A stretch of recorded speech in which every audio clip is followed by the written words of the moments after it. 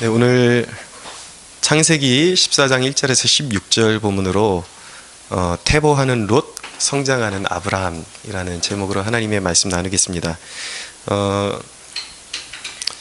여러분, 오늘 본문은 사람의 선택이 얼마나 그 다른 결과를 낼 수 있는지 극명하게 보여주고 있습니다. 이 14장은 그 13장에 보면 이제 롯이 눈에 보이는 대로 자기 땅을 선택해서 나가지 않습니까? 아브라함과 갈라지잖아요. 근데 그 결과가 얼마나 극명하게 갈라지는지를 보여주고 있습니다. 아브라함은 하나님을 선택했죠. 그러니까 아브라함은 오늘 이전의 모습과 비교가 안 될 정도로 극명하게 성장하는 모습을 보여주고 있습니다. 그리고 육신의 안목을 쫓아갔던 그 롯은 결국 이 열강의 그 전쟁 가운데 휩쓸리면서 포로로 잡혀가는 그런 신세가 되었습니다.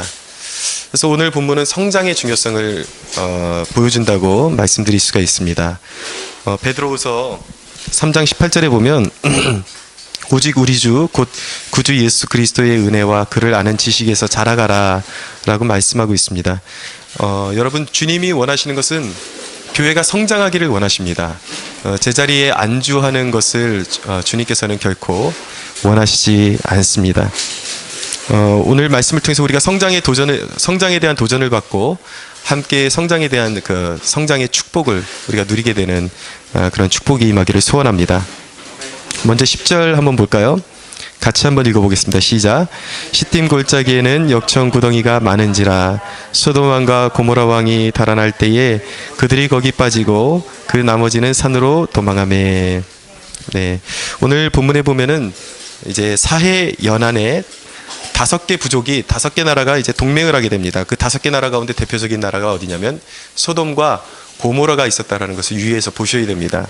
그리고 이제 가나안 북부 메소포타미아에 있는 4개국이 이제 연합을 해서 전쟁을 벌이게 됩니다. 그 전쟁을 벌인 이유는 무엇이냐면 이 앞에 말씀드렸던 소돔과 고모라를 비롯한 포함한 5개국이 여기 보면 엘라망 그돌라오멜에게 조공을 바치다가 12년째에 들어서 13년째에 배반을 하게 됩니다. 조공을 끊어버리게 되는 것이죠. 그래서 이제 괘씸하니까 이제 가나안 북부에 이 그돌라오멜이 4개의 그 부족을 묶어가지고 동맹을 하고 이 소돔과 고모라를 비롯한 5 나라를 치러 온 것이죠. 이렇게 전쟁이 벌어지게 되었는데, 근데 여기서 특징적인 것은 무엇이냐면 이 소돔과 고모라와 이 사해 근처에 있는 이 5개 연합국이 자기네들에게 굉장히 유리한 조건의 전쟁 장소를 선택을 합니다. 그것이 이제 시딤 골짜기라고 나와 있는데 거기에 보면 역청구덩이가 많이 있었다고 그렇게 오늘 말씀을 하고 있습니다. 그러니까 오늘날로 말하면은 홈그라운드에서 그들이 싸움을 벌였다라는 것이죠. 너무나도 유리한 조건, 너무나도 지리적인 여건을 잘 알고 있었고 또 그들의 바램으로는 자기들의 적들이 이 역청구덩이에 빠지면은 꼼짝도 못할 것이다, 그렇게 기대를 했는데 오히려 이 소돔과 고모라와 연합한 나라들이 쫓기고 이제 망하게 됩니다. 그러면서 자기네들이 유리한 조건이라고 생각했던 그 역청구덩이 속에 자기들이 스스로 빠지고 마는 그러한 장면을 보여주고 있습니다. 그들의 참패가 자기들의 최대 이점 때문에 망했다라는 것이죠. 왜 그랬을까요? 왜냐하면 하나님 앞에 죄인들의 계획은 결코 형통을 할 수가 없습니다. 이 사건은 소돔과 고모라의 그런 악함 때문에 하나님이 심판하시기 위해서 일으키신 전쟁이었기 때문에 소돔과 고모라가 아무리 유리한 조건이 있었다 그래도 이길 수가 없었던 것입니다. 근데 여러분, 그럼 이 소돔과 고모라의 연합군을 쳤던 그 4개의 연합국이 더 의로워서 하나님께서 이기게 하셨던 것일까? 그렇지 않다라는 것이죠. 그들도 죄인입니다. 하나님을 떠난 백성들이고, 단지 소돔과 고모라가 그들보다 좀 더 그 악함이 깊은 자리로 나갔기 때문에 썩을 대로 썩었기 때문에 이제 먼저 하나님께서 소돔과 고모라를 먼저 심판하시는 것이죠. 그러니까 여러분들, 죄인은 그냥 앞서거니 뒤서거니 하는 것이지 반드시 심판을 받게 되어 있습니다.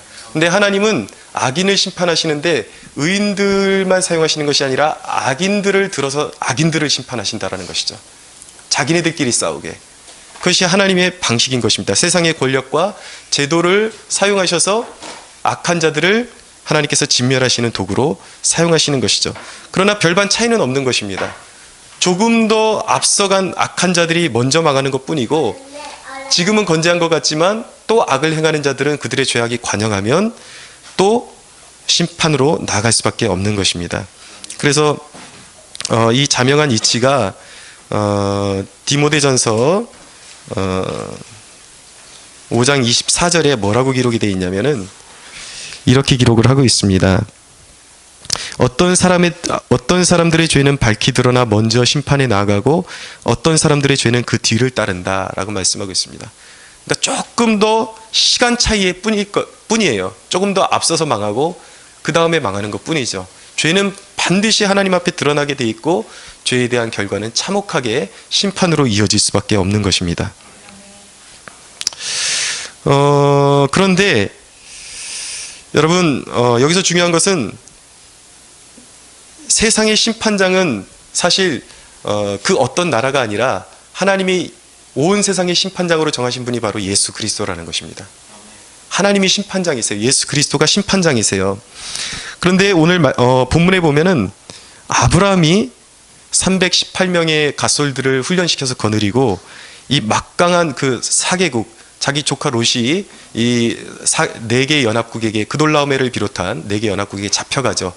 근데 이 막강한 연합국을 별 볼 일도 없는 아브라함이 쫓아가서 그들을 심판합니다. 그들을 다 무찌르고 그리고 롯을 구해갖고 오는 장면이 오늘 본문인데, 성경은 뭐라고 말씀하냐면 성도가 최후에 이 세상을 심판할 것이라고 말씀하고 있습니다. 저와 여러분이 온 세상을 심판하는 심판장은 주님이시고 심판에 참여하는 그날이 오게 될 것이라는 거예요. 여러분, 그 사실 아셨습니까?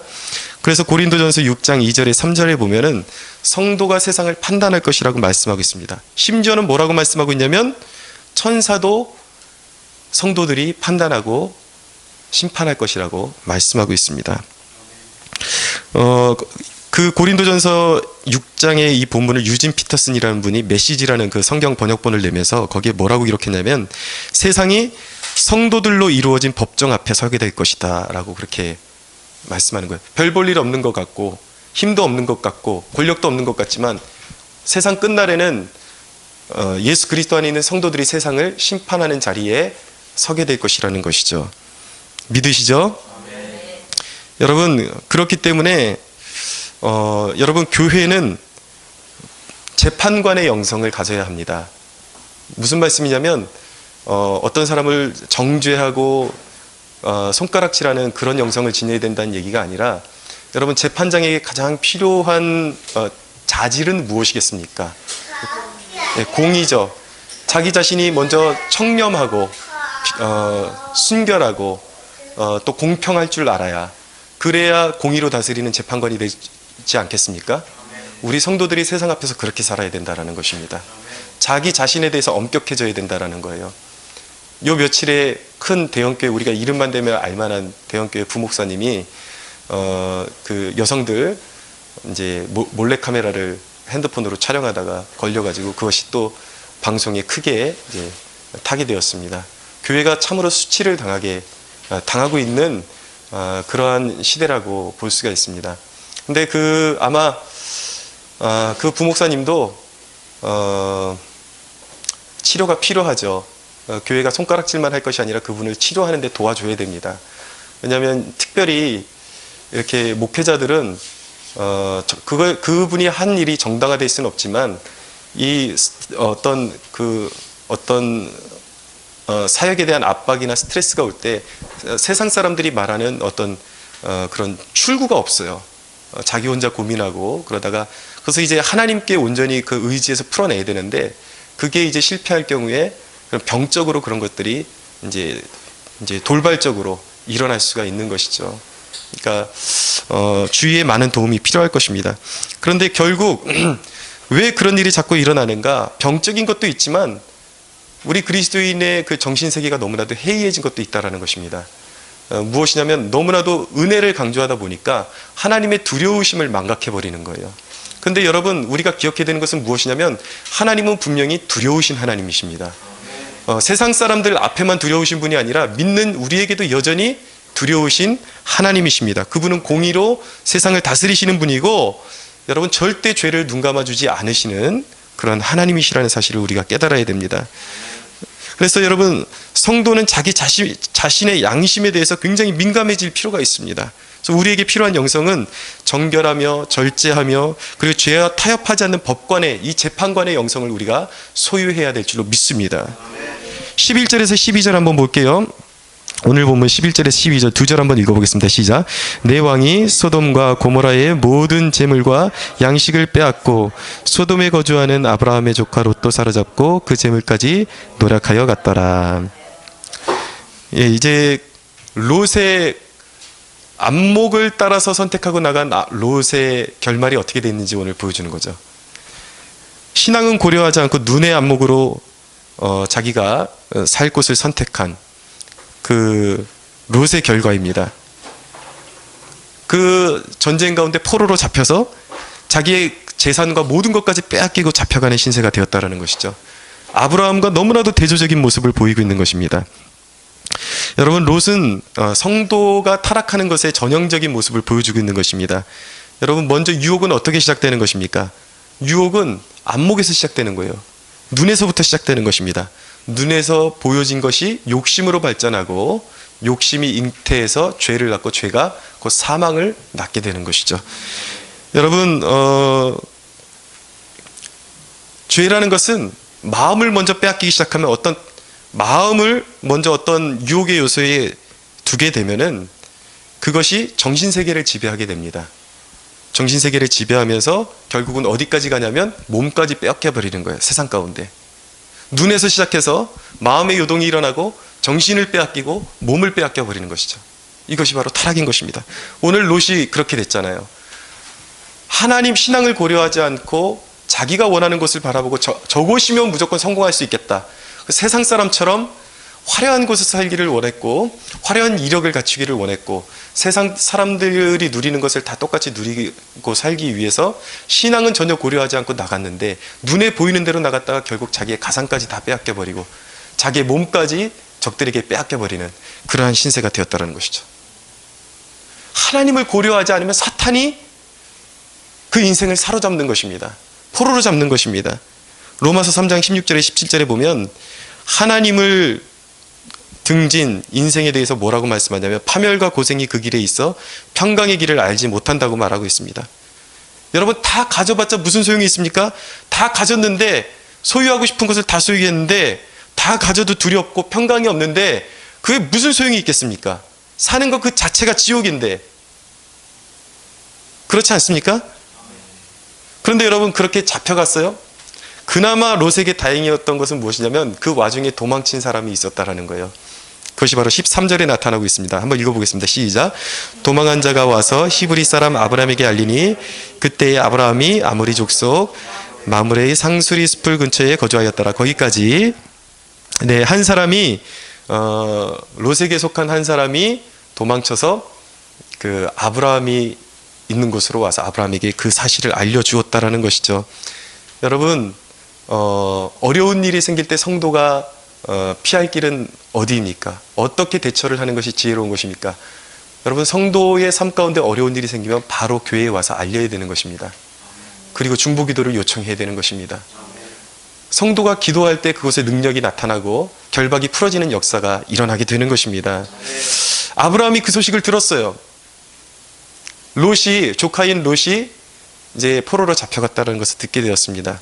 그래서 이제 그 소식을 듣고 실족한 성도 구출 작전이 시작되는 것이죠.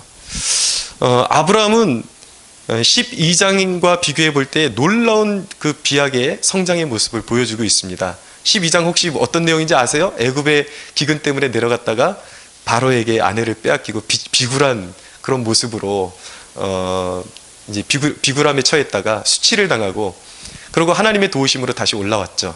그때는 자기 목숨을 구걸했던 사람이 지금은 자기의 가솔들을 데리고 무려 4개의 연합국을 쫓아가서 쳐서 무찌르는 거예요.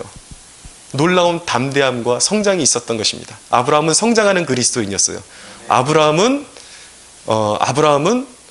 두려움을 극복하고 성장했던 그리스도인이었습니다. 여러분, 아브라함이 이 성장의 모습에서 발견하는 그 우리의 신앙의 성장을 위한 핵심 키워드가 몇 가지가 있습니다. 그것을 좀 살펴보기를 원하는데, 자, 아브라함의 성장을 통해서 아브라함의 성장의 어떤 모습으로 성장했는지 그 아브라함의 모습을 보게 되면은 그 모습이 바로 우리의 영적인 성장을 위해서 필요한 요소들이라는 것을 우리가 깨닫게 되는 것이죠. 그 첫째는 무엇인가? 훈련입니다. 14절을 한번 보겠습니다. 14절 같이 읽겠습니다. 시작. 아브라함이 그의 조카가 사로잡혔음을 듣고 집에서 길리고 훈련된 자 318명을 거느리고 단까지 쫓아가서. 아멘. 아브라함이 갑자기 닥친 그 위기의 상황에 대처하고 그것을 너끈히 이길 수 있고 뛰어넘을 수 있었던, 또 적들을 물리칠 수 있었던 그 이유는 바로 훈련에 있었습니다. 아브라함은 종들과 그의 그 종들의 자녀들을 포함한 그의 가솔들 318명, 이 318명을 평소에 훈련을 시켰습니다. 그런데 이제 성경학자들의 의견에 의하면 이 아브라함의 가솔들이 전쟁을 위해서 훈련된 것이라기보다는 이 목축을 하는 그 아브라함의 삶의 배경에 있어서 이제 동물들이나 어떤 약탈자들에게서 자신들의 그 재산을 보호하기 위해서 훈련된 정도였을 것이다. 그러니까 전문적인 군사 정도의 수준은 아니었다라는 거예요. 근데 어쨌든 아브라함은 하나님의 보호를 믿는 사람이었습니다. 근데 하나님의 보호를 믿었기 때문에 아무것도 하지 않았던 것이 아니라 그는 자기가 할 수 있는 최선의 것을 행동으로 옮겼다라는 거예요. 가솔들을 훈련시키고 만반의 준비를 갖추었다라는 것입니다. 여러분, 이것이 바로 믿음의 참된 믿음의 모습인 것이죠. 참된 믿음이라는 것은 대비하는 믿음이에요. 훈련받는 믿음이에요. 행동하는 믿음이에요. 할렐루야. 아멘. 할렐루야. 아멘. 여러분, 위기는 항상 갑자기 찾아옵니다. 위기가 찾아오면 우리를 당황하게 만들고 그리고 분별력을 상실하게 만들어 버립니다. 그래서 훈련이 되지 않으면 당혹스러워하고 어떤 일이든지 당할 수밖에 없는 거예요. 근데 훈련은 왜 하는 것입니까? 훈련일 수밖에 없는 이유는 무엇이냐면 훈련을 하게 되면 무의식 중에서도 대처할 수 있는 능력이 길러지기 때문입니다. 여러분, 또 한 가지 훈련의 가치는 무엇이냐면 그것이 어떤 내가 전쟁을 치르고 싸우고 이런 것을 떠나서 훈련이라는 그 자체가, 훈련의 참 가치는 성장을 이루어 준다라는 거예요. 영적으로 훈련받아야 성장할 수가 있습니다. 주님이 원하시는 것은 저와 여러분들이 영적으로 성장하기를 원하세요. 디모데전서 4장 9절은 말씀합니다. 육체의 연단은 약간의 유익이 있으나 병거는 범사에 유익하니 금생과 내생에 약속이 있느니라 라고 말씀하고 있어요. 여러분, 할 수 있으면 여러분들의 그 몸도 가꾸십시오. 체력도 가꾸십시오. 그래서 여러분들이 건강한 삶을 영위하시기 위해서 가꾸시기 바래요. 근데 여러분, 여담입니다만 제가 언제 기도원을 올라갔더니 그때는 제가 3일 금식하러 올라갔습니다. 그랬더니 같은 방에 있던 목사님들이 20일 금식하러 올라오신 분들이 몇 분 계셨는데 죽으면 죽으리다 하고 올라오신 분들은 아니에요. 근데 제가 대화 내용을 듣는데 전부 다 먹는 거 얘기해요. 그것도 건강에, 이 목사님들이 보통 그 의학적인 지식에 능통한 분들이 아니에요. 뭘 먹으면 건강이 좋아지고 혈액순환이 좋아지고, 아니 죽으러 오신 분들이 왜 살려고 그렇게 계속 너무 그렇게 먹는 거에 지나치게 오래 살게 불로장생할 것처럼 그렇게 먹는 데 집착할 필요성은 없다라는 것이죠. 그런데 여러분, 훈련은 참 유익한 것입니다. 기독교 역사에 짐 엘리엇이라는 분이 있는데 이분이 과테말라 쪽에 한 부족에게 전도를 하러 갔다가 이제 순교하시면서 창끝이라는 영화로 잘 알려져 있는 분입니다. 이 5명의 청년들이 갔다가 거기서 창끝에 다 이제 순교하게 되죠. 그래서 기사에서 이게 무슨 낭비냐라고 이제 비난의 물결이 쏟아졌는데, 결국 그들이 죽고 나서 그들의 이제 아내들이 다 그 부족에게로 들어가서, 아우카 부족에게로 들어가서 그들과 함께 살면서, 남편을 죽인 자들과 함께 살면서 그들을 다 회심시킵니다. 그러면서 그 부족이 다 기독교 공동체가 되어버리는 것이죠. 근데 이 짐 엘리엇이 평상시에 어떤 정신으로 살았냐면, 굉장한 머리도 좋은 사람이었는데, 이 레슬링을 그렇게 즐겨 했던 사람이었습니다. 왜 그 사람이 교내에서 레슬링 챔피언까지 했는데, 그 사람이 레슬링을 즐겨 했던 이유가 무엇이냐면, 자기의 몸까지도 하나님 앞에 산 제물로 드리기 위해서는 몸도 정결해야 된다, 내 몸도 가꾸어야 된다. 그래서 그 일환으로 레슬링을 즐겨 했던 거예요. 그러니까 여러분들의 삶 가운데 어느 하나 낭비됨이 없이, 소위 우리 우스갯소리로 뭐 이렇게 먹을 때 이거는 버릴 것 하나 없다 그러는데, 저와 여러분들의 삶 가운데 영적으로나 육적으로나 버릴 것 하나 없는 그러한 건강한 그리스도인들이 되기를 축원합니다. 훈련된다라는 말은 준비된다라는 말과 같아요. 준비되면 하나님이 반드시 사용하십니다. 제가 청년 시절에 미약하지만 소그룹 인도를 굉장히 좀 이렇게 심혈을 기울여서 준비하고 성경 공부를 이렇게 같은 청년들과 나누었습니다.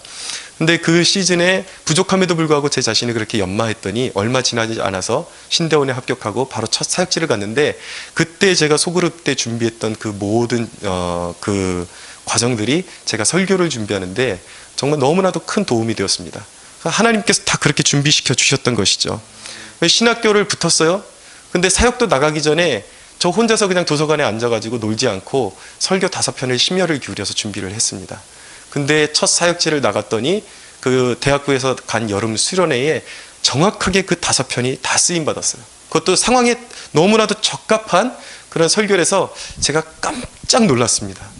정말 그것을 의도하고 준비한 것도 아니었는데, 준비하니까, 스스로를 훈련시키고 준비하니까 하나님께서 사용하시더라는 것이죠. 여러분, 어떤 여러분들에게 교회에서 부르심이 있다면 그냥 순종하십시오. 내가 이걸 할 수 있다, 없다, 그런 걸 따지지 마시고 순종하면 성장을 이루게 되어 있습니다. 그 과정을 통해 내가 잘못하는 것도 순종해서 뛰어들면 하게 되어 있고, 그것이 훈련이 되어서 준비되어지는 거죠. 하나님께서 존귀한 그릇으로 또 사용해 가시는 것입니다. 성도는 마땅히 세상을 구원하기 위해서 훈련되어져야 합니다. 사랑하는 여러분, 끊임없이 말씀을 묵상하십시오. 특별히 여러분, 찬양하는 훈련을 우리가 할 필요성이 좀 있다고 그런 생각이 듭니다. 제 개인적으로 봐도 평소에 찬양이 좀 메마르지 않았나, 그런 좀 반성이 돼요. 찬양은 놀라운 능력이 있는 것입니다.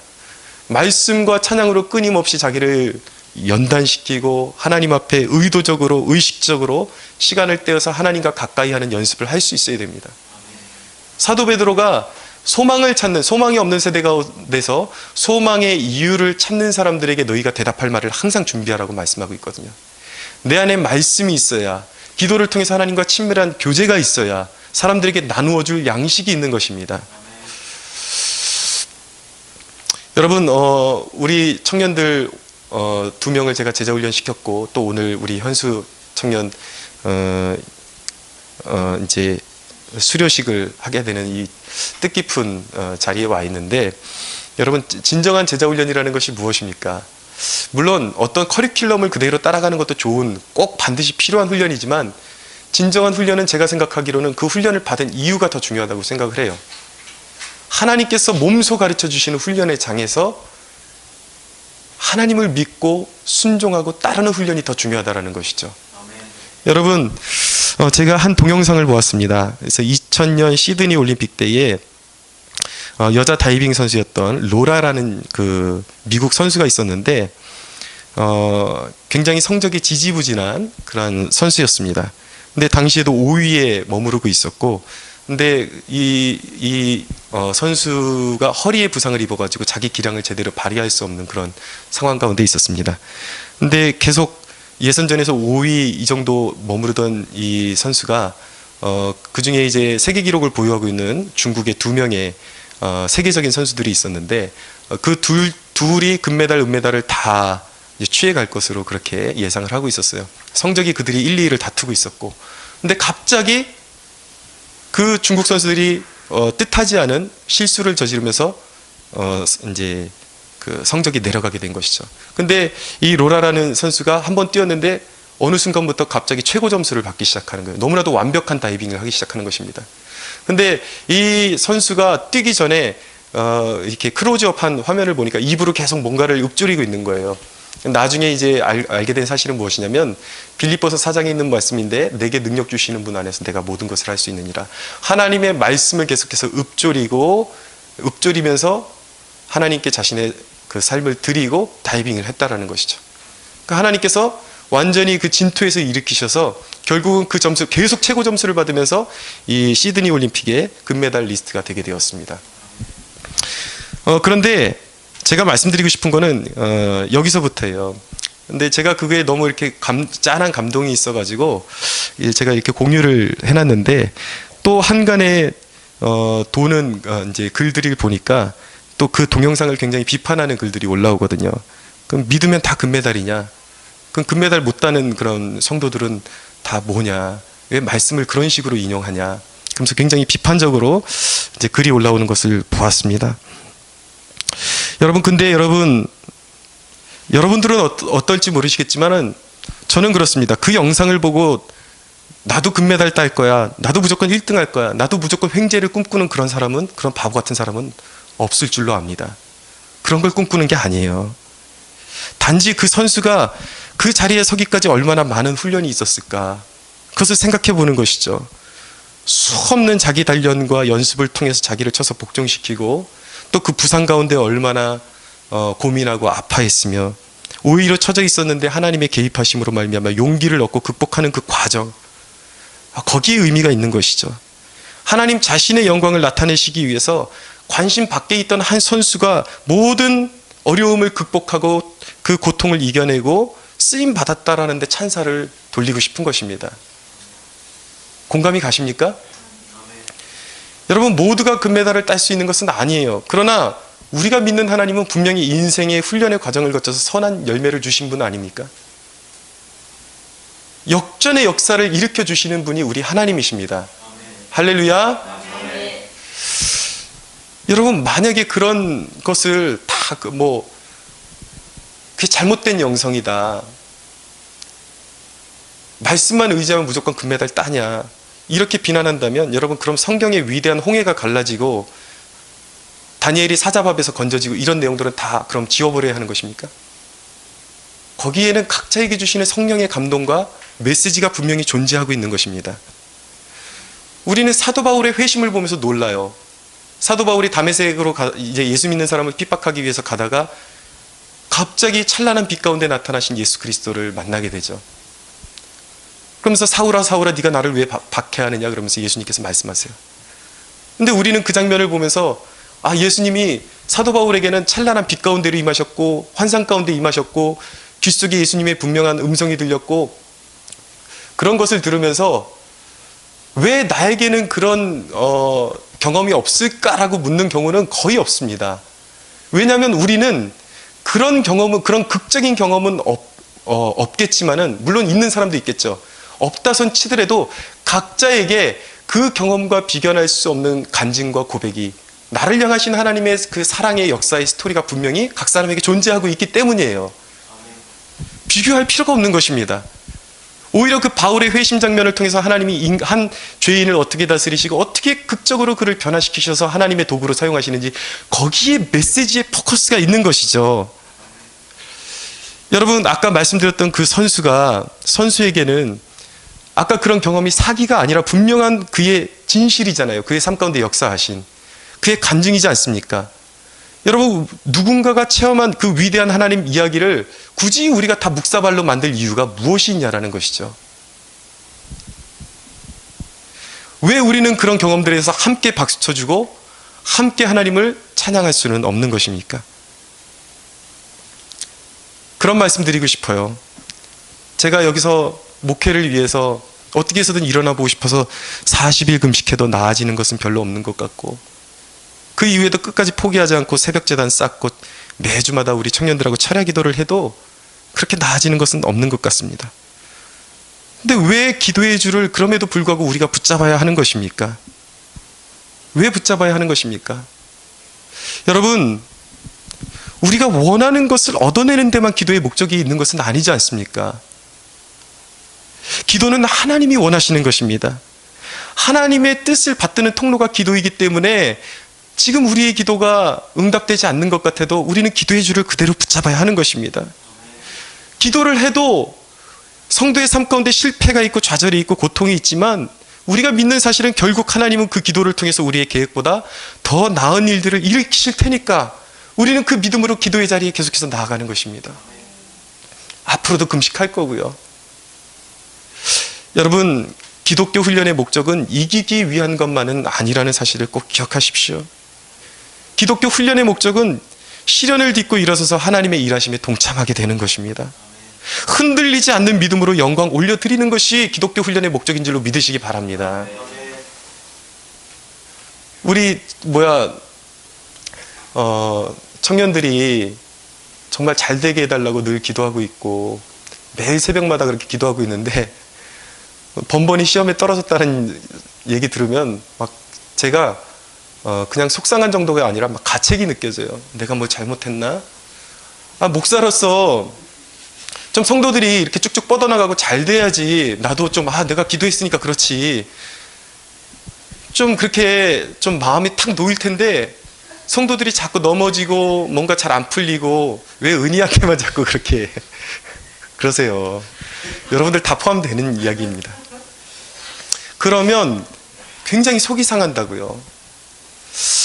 그런데 이 본문을 묵상하면서 제가 그런 것을 그 믿음, 이런 믿음에 대해서 함께 나누고 싶은 것입니다.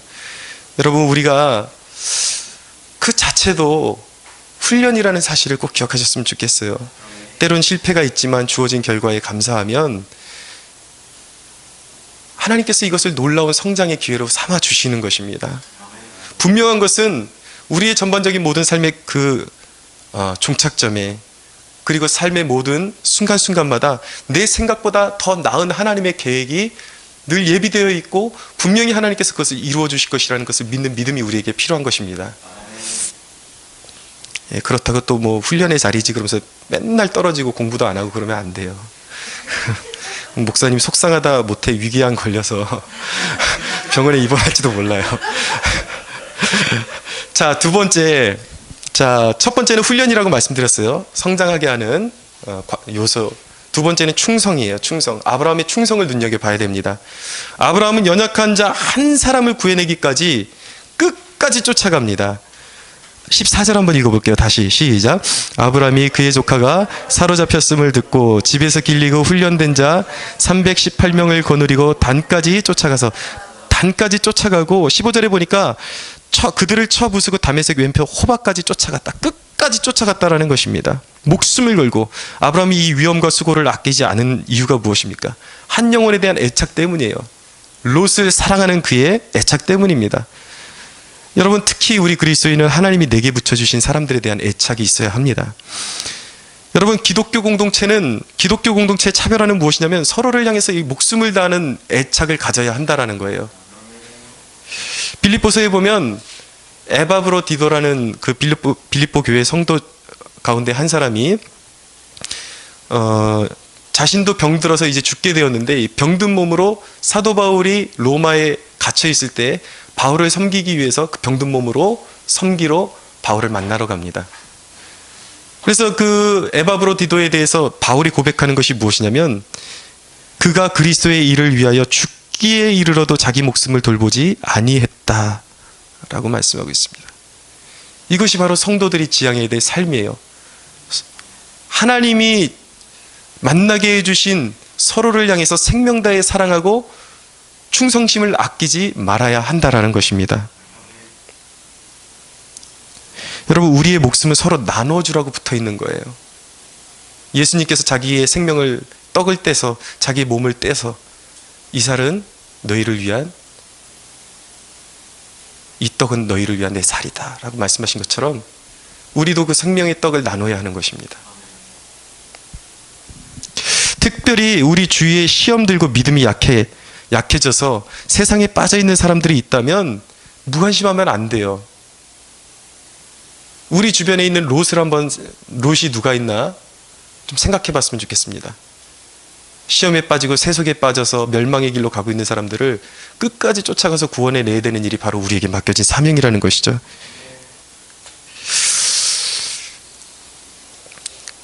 여러분, 고린도전서 4장 2절에는 맡은 자들에게 구할 것은 충성이라고 말씀하고 있습니다. 서로를 향한 충성, 주님을 향한 충성, 주님의 집을 돌보는 충성심이 우리에게 필요한 것입니다. 마태복음 24장에 예수님께서 말씀하셨습니다. 충성되고 지혜 있는 종이 되어 주인에게 그 집 사람들을 맡아 때를 따라 양식을 나눠줄 자가 누구냐? 주인이 올 때 그 종이 이렇게 하는 것을 보면 그 종이 복이 있으리로다. 내가 진실로 너희에게 이르노니 그의 모든 소유를 그에게 맡기리라. 작은 일에 순종하고 한 영혼의 생명을 걸고 돌볼 수 있다면 큰 일을 맡겨주시고 주님의 집의 소유를 다 맡겨주시겠다라는 것입니다. 작은 일에 충성되면 주님께서 분명히 큰 일에 사용해 주실 줄로 믿으시기 바랍니다.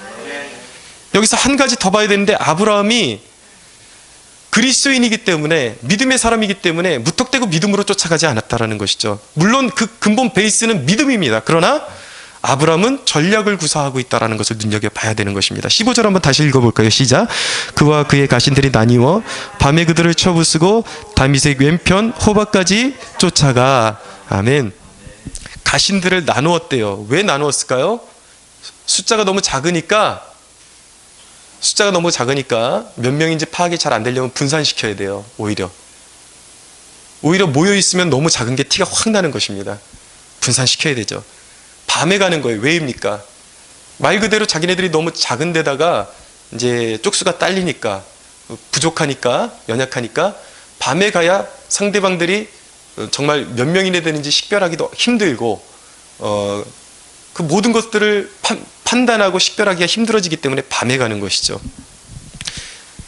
그러니까 적은 수로 효율적으로 대응하기 위해서 전략이 필요했던 것입니다.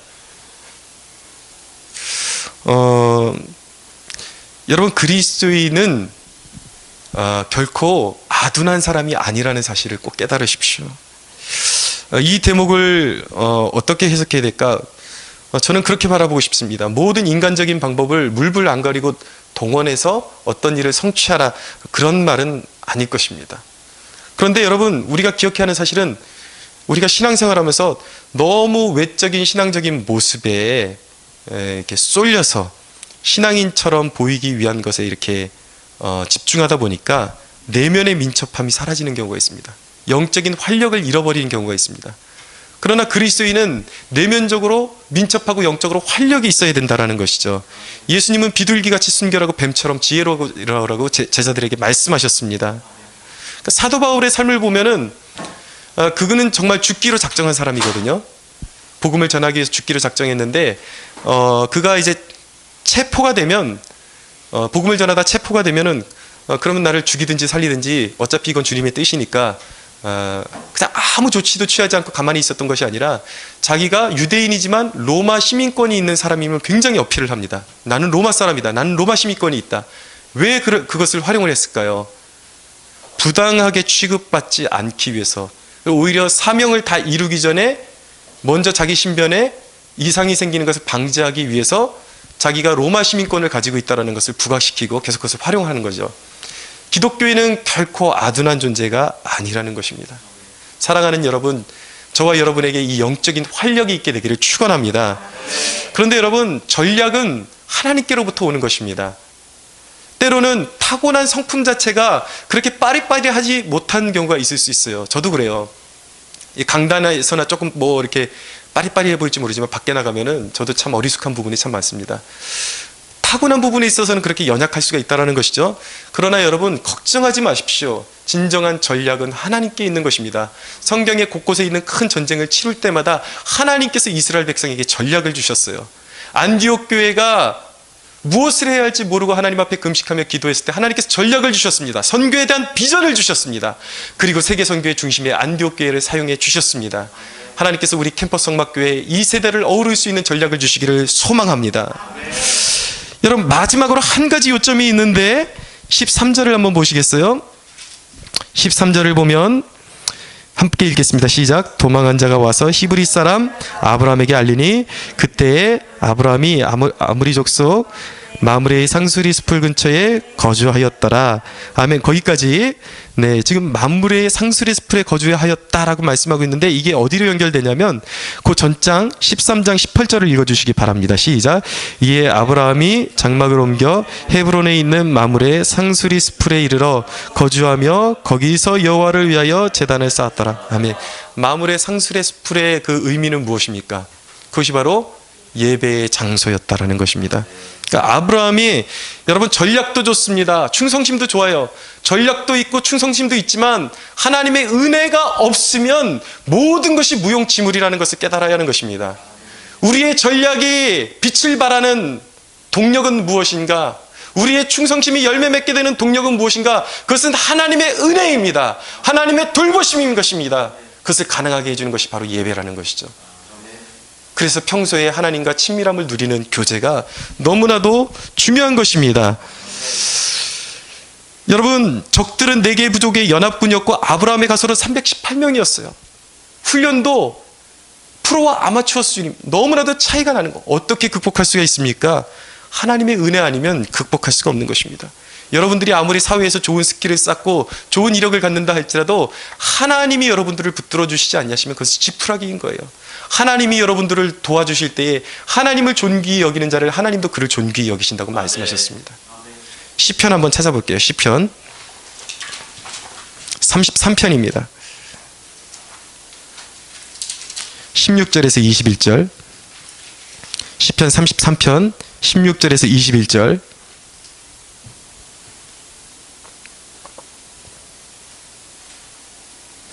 같이 또박또박 읽겠습니다. 시작. 많은 군대로 구원을 얻은 왕이 없으며 용사가 힘이 쓰여도 스스로 구원하지 못하는도다. 구원한 데에 군마는 헛되며 군대가 많다 하여도 능히 구하지 못하는도다.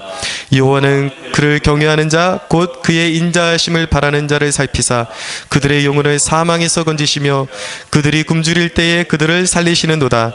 우리 영혼이 여호와를 바라며 그는 우리의 도움과 방패의 시로다. 우리 마음이 그를 즐거워하며 우리가 그의 성호를 의지하였기 때문이로다. 아멘. 할렐루야. 아멘. 여호와를 기뻐하라. 여호와를 기뻐하라. 여호와를 기뻐하는 것이 우리의 힘이니라라고 말씀하고 있습니다. 여러분, 하나님께만 우리의 삶의 계획이 있고 그분께만 구원이 있고 이김이 있음을 믿으십시오.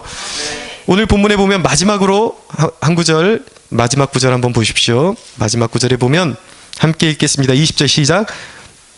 16절 읽겠습니다. 모든 빼앗겼던 재물과 자기의 조카 롯과 그의 재물과 또 부녀와 친척을 다 찾아왔더라. 아멘. 아브라함이 끝까지 쫓아가서 그 연합군들을 다 무찌르고 롯과 모든 소유를 찾아왔습니다. 여러분, 우리 주위에는 롯과 같은 그리스도인들이 참 많습니다. 특별히 우리 현대에는, 지금 우리가 사는 시대에는 교회를 떠나간 암묵적인 그리스도인들이 너무나도 많습니다. 여러분, 우리를 통해서 하나님께서 그들을 구원해 주시기를 원합니다. 여러분, 주위에 있는 롯과 같은 그리스도인이 없는지 한번 살펴보십시오. 그리고 여러분, 우리 교회는 끊임없이 성장해야 합니다. 제 자리에 머물러 있어서는 안 되는 것입니다. 성장을 사모하십시오. 그래야 세상을 구원하는 통로로 쓰임받을 수가 있습니다. 우리를 향하신 하나님의 계획이 이루어지고 성장의 축복이 우리 모두에게 이루어지는 놀라운 은혜가 임하기를 주 예수의 이름으로 축원합니다. 하나님께 영광의 박수 올려드리겠습니다.